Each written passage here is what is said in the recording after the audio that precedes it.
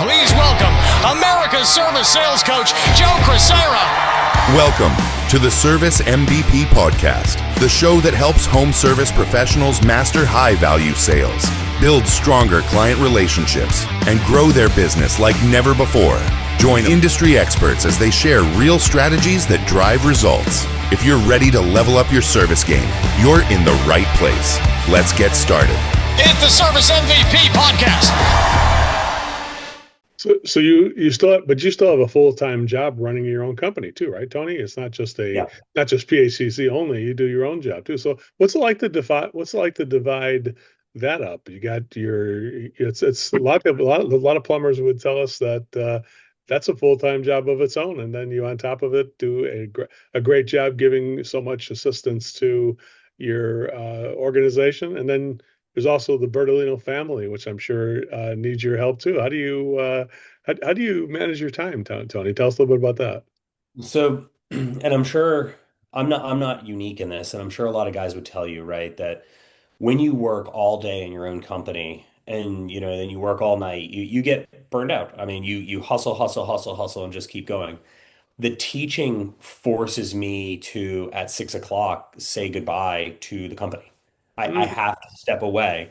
And I mean, I had been told by guys that were way better at business than me and, smarter and all these things that you got to step away from the business every once in a while and work on it or take time for yourself. And the teaching for me is where I recharge my batteries. I get to have a whole bunch of students. I'm actually working with one of my original students who is he assists with me as a teacher in the area. So I'm training up my own replacements. So I recharge my batteries, just a breath of fresh air, and it doesn't feel like work to me. So I work 4 nights a week, 6 to like 8:30, 9, and I'm able to relax. Now the family side, I'm lucky enough that my wife is just wonderful and she doesn't give me a hard time about all the work. And we also have horses, so she doesn't feel bad that she can go spend time with the horses while I'm teaching. So we don't step on each other's toes. Well, I think that is part of a successful relationship in your home is that everybody does have the things that they're passionate about, and they're able to have the freedom to pursue those passions, whether it's taking care of horses which is a very noble and one of the things I share a passion on that too. I love being around horses and that type of thing, and I love being around plumbing too, though at the same time. So I guess you got to pick my poison there, right? But I think that's one of the things that is important tell us a little about your advice to people about finding something they love to do and then pursuing that passion, as opposed to like if I put you in a job as an accountant or something like that, rather than as a plumber, or made you teach something you didn't enjoy teaching. Tell us about that part. What do you think about how did you find this passion?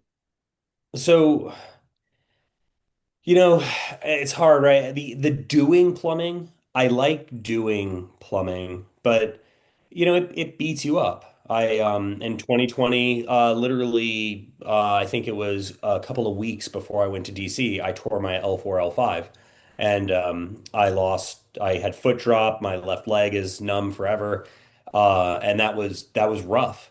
I mean, and that's what this job does for you. So it's hard to say, like, do I love crawling under a house and soldering a piece of pipe over me and getting burned? Probably not. I don't really care. I don't love that anymore. People do say it keeps you young and it keeps you moving, which they're right. But it's the broader implications of what plumbing does that truly matters the most to me. And you can probably find that in any career that you choose to do. You're going to have to accept that it's not always fun. It's not always great. It can be a pain in the ass. But it's your own mentality, the own way that you look at something. And I joke about it with some of my guys. I'm like, I'm a survivor. It doesn't matter if I'm doing plumbing or anything. Like, I'm going to survive. I'm going to work and do whatever it takes. I never thought of work as I had to do the job that I absolutely loved. I just needed to be able to survive. Now, the teaching side of what I do is what I love the most. And then working in the organization is the other thing that I love the most. So I like being a plumber. I like having my own company and training people, but I love pushing the industry forward and working on showing people how to better their lives or how to make money to survive, buy houses. I mean, it's so rewarding for us because it's, air quotes, easy. Nobody wants to do the job. And so, you got all these people complaining about, oh, well, I don't have money to buy a house and I can't do this. And the econ, and it's like, well, hey, I can get you a job right now. You can start right now, and then you just move up the ladder. And I mean, my guys don't have problems buying houses. They're able to buy property and do the things that they want to do because no one wants to do the job. Now, if you Mm. really don't want to do it, then okay. But find something that you can do and hustle at it to, make ends meet. But then also find something that you love on the side. Make time for that. Mine happens to be part of the job that I'm doing. My wife, it's horses. Hmm. So she's gonna do horses, and that is part of who she is. She's going to do it after work every Yeah. day because that's who she is. If you don't have that, then the scales aren't balanced, and all you're doing is working. So when you have bad days, those are really bad days, and when you have good days, you just get reminded about how bad the other day was. And I don't. It just seems to be the thing that people focus on the most. But just think about it. I mean, what every time you fix something as a plumber you're doing good for somebody. You're helping people constantly.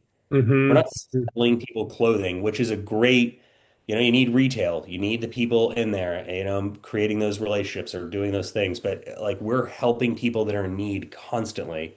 Um, and I tell my students, problem solving is intelligence, and that's what we do every day. So you got to be pretty smart to do this job. Thank you for listening and watching the Service MVP podcast. I want to give you a copy of my free book. Just click on the link below in the description, and one will be sent to you from me personally. Thank you so much for listening.